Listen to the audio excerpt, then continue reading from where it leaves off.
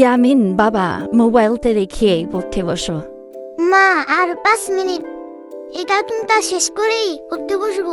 তুমি প্রতিদিনই বলো 5 মিনিট।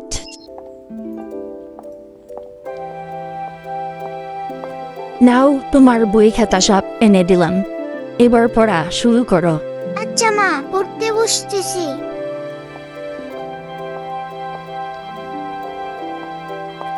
উফ, পড়তে ভালো লাগছে না। ইয়ামিন তুমি পড়ছো না, ঘুমাচ্ছ? মা, আমি চোখ বন্ধ করে পড়া মুখস্থ করছি। তাহলে বলো তো আজ কি পড়ছো? সেটা চোখ খুললেই মনে থাকবে না।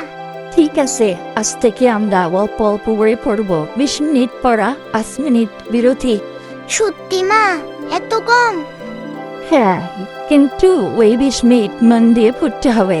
ঠিক আছে, আমি চেষ্টা করব।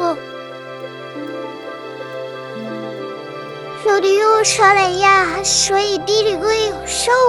মা, হাসতে আমাকে রাখতে হবে না, আমি নিজেই পড়তে বসেছি।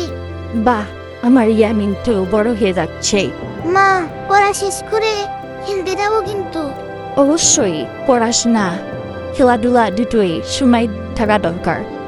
বকাঝকা না করে নিয়ম করে পড়ার অভ্যাস করালে শিশুরা ধীরে ধীরে পড়াশোনায় আগ্রহী হতে পারে। প্রতিদিন অল্প অল্প করে চেষ্টা করলেই বড় পরিবর্তন আসে। ভিডিওটা ভালো লাগলে চ্যানেলটা সাবস্ক্রাইব করে অল বাটন ক্লিক করবেন, লাইক একটা কমেন্ট করে যাবেন। ধন্যবাদ। মামু, একটা কঠিন কনফিউশনে আছি। কিসের কনফিউশন? গরুর দুধ নাকি গাভীর দুধ, কোনটা বেশি পুষ্টিকর? গাভীর দুধ, কারণ গরু দ্বারা পুরুষ গরুও বোঝায়, আর পুরুষ গরু দুধ দেয় না। তাহলে চায়ের দোকানে গরুর দুধের চা পাওয়া যায় লিখে কেন গাভীর দুধ লিখতে পারে না? এতটুকু বুঝলে তো হইতোই, সবাই তো আর তোর মতো চিন্তা করে না।